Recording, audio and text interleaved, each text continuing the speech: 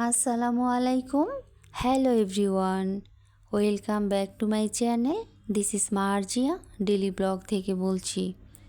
কেমন আছেন সবাই? আশা করি সবাই ভালো আছেন। আমিও আল্লাহর রহমতে অনেক ভালো আছি।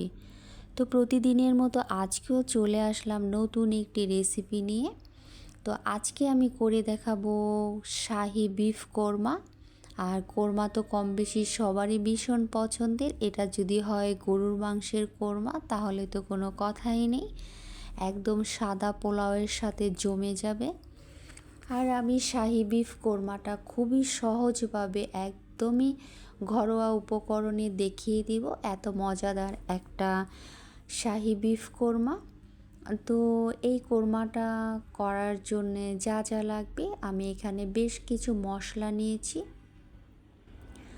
আর নিয়েছি 1 কেজি গরুর মাংস, একটু বড় সাইজ করে আমি কেটে নিয়েছি।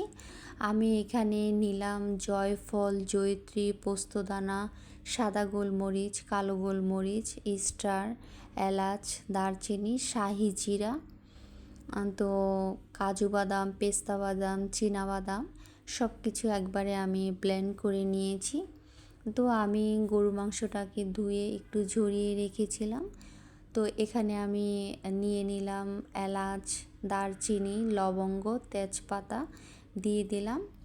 তারপরে আমি এখানে দিলাম পেঁয়াজ বাটা, আদা বাটা, রসুন বাটা, জিরা বাটা। তারপরে দিলাম টক দই আর কাজু বাদাম, পেস্তা বাদাম, যে এগুলো। তারপরে জয়ফল, জয়িত্রী, পোস্তদানা, সব ধরনের গরম মশলার একটা পেস্ট, আর দিয়ে দিলাম টক দই। তো সব কিছু দেওয়ার পরে আমি খুব ভালোভাবে এটাকে মাখিয়ে নিলাম। খুব সুন্দর করে অনেকটা সময় নিয়ে মাখাতে হবে। তো এটা আমি মাখিয়ে প্রায় 1 ঘন্টার জন্য রেখে দিয়েছি রেস্টে। তো 1 ঘন্টা পরে আমি আবার একটুখানি সময় মাখিয়ে নিলাম খুব সুন্দর করে।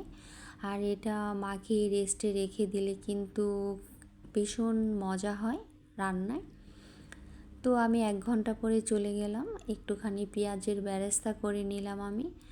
আর যে তেলটা ছিল ওই তেলটার মধ্যে আমি দিয়ে দিলাম বেশ কিছু পেঁয়াজ বাটা।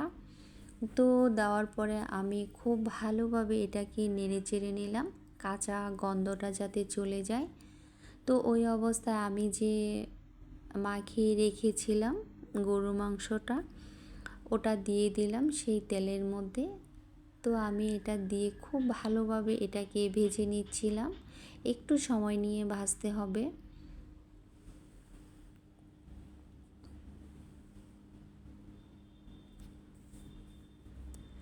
তারপর আমি একটা ঢাকনা দিয়ে ঢেকে দিলাম। বেশ কিছুক্ষণ পর ঢাকনা খুলে দেখলাম যে পানি বের হয়েছে গরু মাংস থেকে। আমি এখানে আর পানি দেইনি। তো ওই পানিটাকে আমি খুব ভালোভাবে নেড়ে চেড়ে শুকিয়ে নিচ্ছিলাম। আর এটা কিন্তু একটু পরপরই নাড়াচাড়া করতে হবে, তা না হলে এটা লেগে যাওয়ার সম্ভাবনা থাকে। তারপর যখন পানিটা টেনে গিয়েছে তখন ওই অবস্থায় আমি দিয়ে দিলাম এখানে বেশ কিছু গরু দুধ। গরু দুধটা দিয়ে আমি এটাকে আরেকটু সময় নেড়ে চেড়ে নিচ্ছিলাম। আর এই অবস্থায় কিন্তু একটু পরপরই নাড়তে হবে, তা না হলে এটা লেগে যাওয়ার সম্ভাবনা থাকে।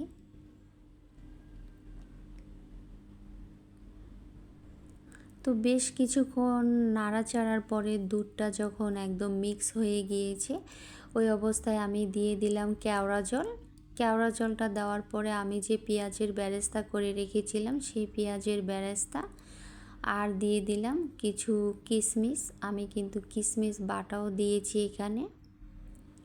তো কিশমিশটা দেওয়ার পরে আমি আবার খুব ভালোভাবে নেড়ে চেড়ে নিচ্ছিলাম বেশ কিছু সময়ের জন্যে। তারপর যখন খুব সুন্দর করে নাড়াচাড়া হয়ে গিয়েছে আর একদম তেলটা ভেসে উঠেছে ওই অবস্থায় দিয়ে দিলাম আমি বেশ কিছু ঘি। তো ঘিটা দেওয়ার পরে আমি আবার এটাকে নাড়াচাড়া করে নিলাম।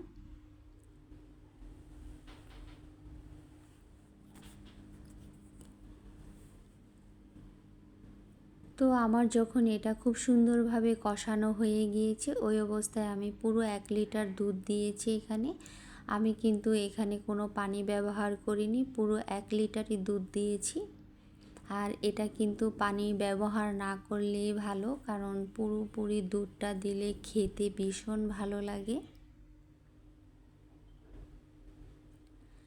তারপর আমি এটাকে নাড়াচাড়া করে বেশ কিছু সময়ের জন্য ঢাকনা দিয়ে ঢেকে দিলাম। আর এর মধ্যে আমি অফ ক্যামেরাতে কয়েকবার আমি ঢাকনা খুলে নেড়েচেড়ে নিচ্ছিলাম। তো যখন একদমই দুধটা টেনে গিয়েছে ওই অবস্থায় আমি দিয়ে দিলাম একটুখানি চিনি। চিনিটা আপনাদের পছন্দ অনুযায়ী দিবেন, যে যেমন খেতে পছন্দ করেন ওই অবস্থাতেই চিনিটা দেবেন। যেহেতু আমার কাছে কোরমাটা একটুখানি মিষ্টি মিষ্টি খেতে ভালো লাগে, তাই আমি চিনিটা দিয়ে থাকি। তো যখন মোটামুটি বেশ পানিটা টেনে গিয়েছে, মানে দুধটা টেনে গিয়েছে, ওই অবস্থায় আমি আরেকটু ঘি দিয়ে দিলাম। তো ঘিটা দেওয়ার পরে আমি খুব সময় নিয়ে এটাকে কষিয়ে নিলাম। আর চুলার জালটা কিন্তু তখন আমি মাঝারি আঁচে রেখেছি, কারণ অনেকটা সময় ধরে আমি এটাকে কষিয়ে নিয়েছি, যাতে করে এটার ফ্লেভারটা পুরো মাংসের ভিতরে ঢুকে যায় আর খেতেও ভীষণ মজা হয়। আর এই অবস্থায় কিন্তু বারবারই নেড়েচেড়ে দিতে হবে, কারণ নেড়েচেড়ে না দিলে এটা লেগে যেতে পারে, আর লেগে গেলে কিন্তু খেতে একদমই ভালো লাগবে না। তো এই শাহি কোরমাটা খেতে যে কী পরিমাণ মজা হয়েছিল। আর এইভাবে আপনারা কোরমা করে খাবেন। গরুর মাংসের কোরমা তো মানে বলার কোনো ভাষাই নেই, এত পরিমাণ মজাদার। এটা কিন্তু পরোটা রুটির সাথেও খেতে খুব ভালো লাগে, খালিও খাওয়া যায়, আর সাদা পোলাওয়ের সাথে তো কোনো কথাই নেই। আমি অবশ্যই এই কোরমার জন্য সাদা পোলাও করেছিলাম। তো যখন তেলটা একদমই ভেসে উঠেছে ওই অবস্থায় আমি দিয়ে দিলাম বেশ কিছু কাঁচামরিচ। তো কাঁচামরিচগুলো দিয়ে আমি এটাকে নেড়েচেড়ে নিচ্ছিলাম বেশ সময় ধরে।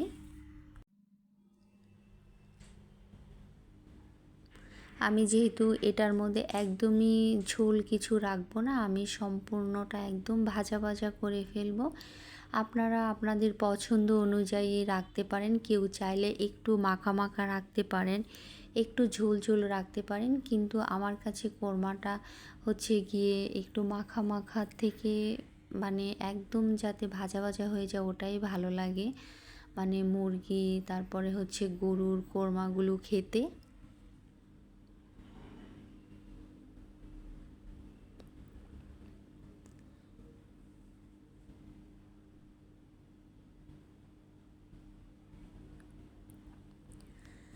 আর আপনারা কিন্তু এইভাবে একদম সহজভাবে মেখে চেখে এইভাবে বসিয়ে দিলে কিন্তু কোরমা খেতে খুবই ভালো লাগে। আপনারা একবার হলে এইভাবে ট্রাই করে দেখবেন, এত পরিমাণ সুস্বাদু হয় আর এত খেতে ভালো লাগে। আমার কাছে তো ভীষণ ভালো লেগেছিল, আর ভিতর থেকে এত পরিমাণ সফট হয়েছিল যে হাতে চাপ দিলেই এটা একদম তুলতুলে নরম হয়ে ভেঙে যাচ্ছিল। আর খেতেও খুব ভালো লাগছিল, কারণ আমি এত সময় নিয়ে কষিয়েছি, এটার মশলাটা ভিতরে একদম পুরো পাটে পাটে চলে গিয়েছিল মাংসে।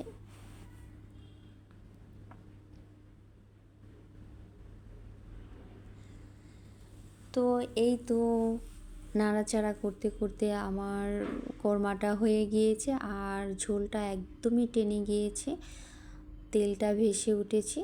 তো তারপরে আমি এটাকে সুন্দর করে নামিয়ে পরিবেশন করে নিলাম। তারপর তো গরম গরম পোলাও আর গরম গরম কোরমা খেয়ে নিলাম। আলহামদুলিল্লাহ, এত মজা হয়েছিল। চাইলে আপনারাও এইভাবে খুব সহজ উপায়ে খুব সুন্দর করে একটা মজাদার কোরমা বানিয়ে ফেলতে পারেন। তো এই তো আমার কোরমার ফাইনাল লুক। তারপরে গিয়ে আমি একটু পেঁয়াজের বেরেস্তা উপর দিয়ে ছড়িয়ে দিলাম। দেখতে যেমন হয়েছে, খেতে যে কী পরিমাণ মজা হয়েছিল। তো সবাই ভালো থাকবেন, সুস্থ থাকবেন। আল্লাহ হাফেজ।